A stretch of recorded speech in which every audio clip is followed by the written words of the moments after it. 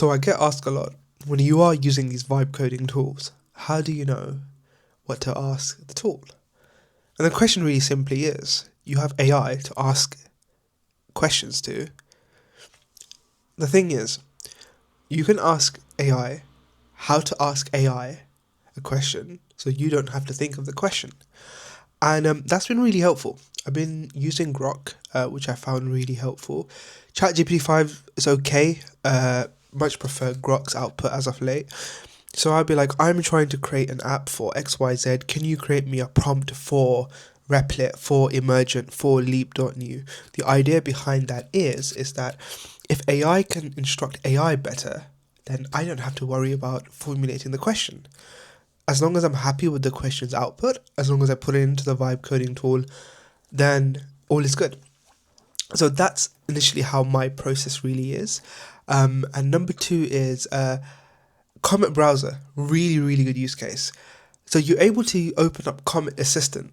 On the same page, you have the vibe coding tool and ask Comet Browser, can you prompt the tool to create me an app, let's say a calorie counting app, and then keep prompting the app until you're happy with the output it's given. And it was completely mind-blowing because not only did Comet Browser Assistant go in and start interacting with Replit or interacting with Leap.new, it's starting saying, no, I'm not happy with the output, let's try this, let's try that, it's not working. It's almost like testing the app for me.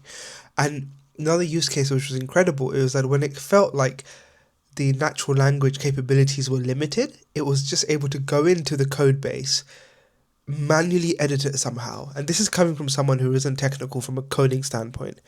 I was absolutely mind shocked. So I thought, well, maybe I can use AI to help AI to create an AI app. But I thought, it's not, something's not adding up. Maybe I could add another tool. And here where I added Google AI Studios. I added Google AI Studios. I screen shared the Leap.new vibe coding platform tool, along with the fact that I had the Comet Assistant on the right hand side, and then obviously I had the AI built in within the vibe coding creating tool. And that's two assistants that I have that are monitoring my workflow, that are monitoring whether this app is going well, that I don't have to think that if I get stuck, I'll be like, hey Google, why do you think this is not working?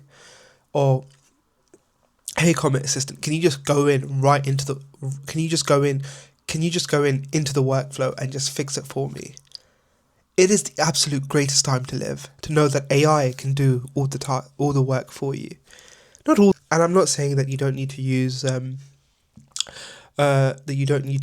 or you don't need a developer to finalize the back end of the code. Again, this is coming from someone who doesn't have any coding background or knowledge.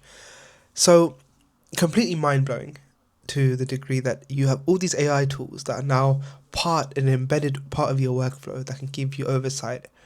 None of us have excuses anymore. So I'm building as I'm talking to you guys. I am literally going into this app. This is my idea. This button doesn't work. This tool is not working. And it finds a way to fix it. And absolutely mind blown by the ability of Comet's Browser's Assistant along with Google AI Studio. And along with Grok, which I'm very, very impressed by the outputs as of late. It's so meticulous, it's so mathematical, it's so precise. It's giving me an overview of things that I'm completely missing out when I'm trying to create a prompt. So I'm asking AI to help AI to create an AI tool. And it doesn't just stop there. It's like, I never depend on an output from a singular LLM. I always go to multiple LLMs, see which output has been the most beneficial. And in my opinion, ChatGPT is just a very overall for OpenAI, ChatGPT, very overall for most things. But Grok is so meticulous. I've used it at work when I've created business cases for companies, trying to show the mathematical modeling of how they can reduce costs and how they can save money.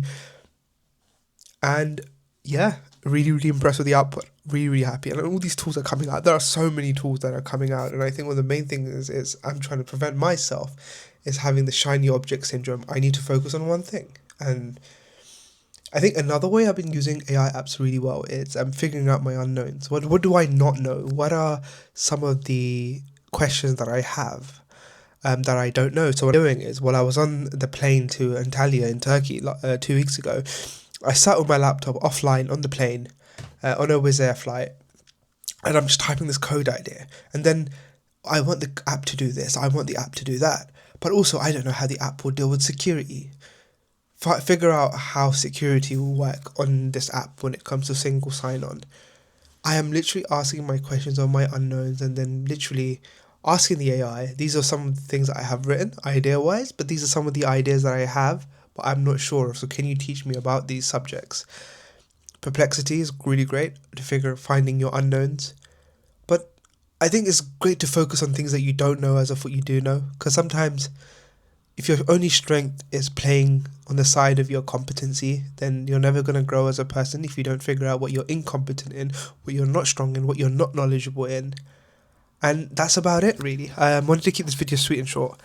Anyone who's vibe coding, anyone who's creating a tool, it is a headache. It can be a headache, especially if you're not from a technical background. But it's fun. You have all these abilities to open up new pathways of intelligence that can assist you in your day-to-day. And would love to know if anyone's building anything. Feel free to put it in the comment box below.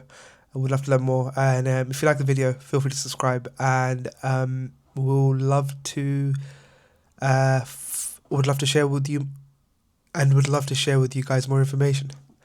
Thank you for your time. Very much appreciated.